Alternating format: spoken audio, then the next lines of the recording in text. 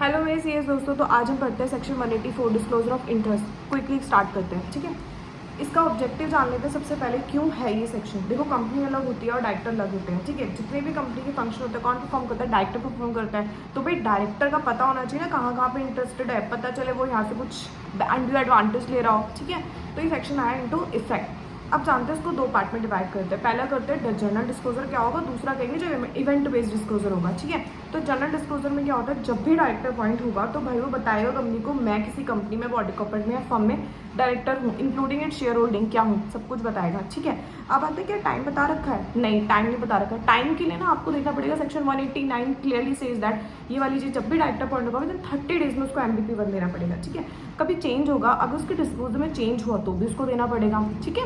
और वो change take note होगा नेक्स्ट बोर्ड मीटिंग में। और तीसरा डिस्क्लोजर देना पड़ता है फाइनेंशियल होता है, उसकी जो फर्स्ट बोर्ड मीटिंग होती है उसमें टेक नोट लेना होता है, राइट। अब आते हैं इवेंट बेस्ड डिस्क्लोजर में।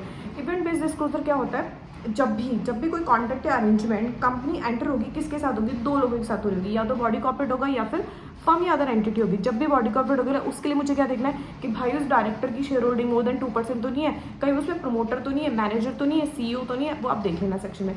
दूसरा, फर्म के साथ कहीं उस फर्म में या फिर अदर एंटिटी में क्या है, वो पार्टनर तो नहीं है, ऑनर तो नहीं है, मेंबर तो नहीं है, ठीक है, देख लिया, ठीक है, देख लिया। अब क्या हो सकता है, वो ट्रांजेक्शन तो होगी, बस क्या होगा, वो डिस्क्लोजर ऑफ इंटरेस्ट बता देगा, सो दैट हमें पता लगे डायरेक्टर्स में भाई डायरेक्टली या फिर इनडायरेक्टली इंटरेस्टेड है, ठीक है। पार्टिसिपेट करेगा वो? बिल्कुल भी नहीं करेगा। कैसे अलाउड कर सकते हैं, फिर मतलब क्या रहा इसका, ठीक है। लेकिन प्राइवेट कंपनी में ये एग्जेम्प्ट है, कर सकते हैं, क्योंकि प्राइवेट कंपनी क्लोजली हेल्ड होती है, उसमें थोड़ा आप रिस्ट्रिक्शन लगा सकते हो, उसमें तो मेंबर भी वही होते हैं, डायरेक्टर्स भी वही होते हैं, इसलिए एग्जेम्प्ट है।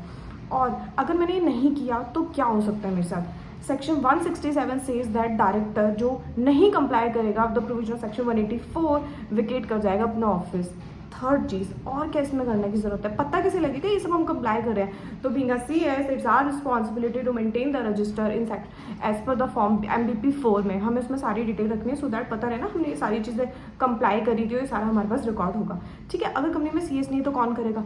फिर कोई भी पर्सन करेगा जो डायरेक्टर उसको ऑथराइज करेंगे। कैसे करेंगे? BR से करेंगे मीटिंग में, ठीक है।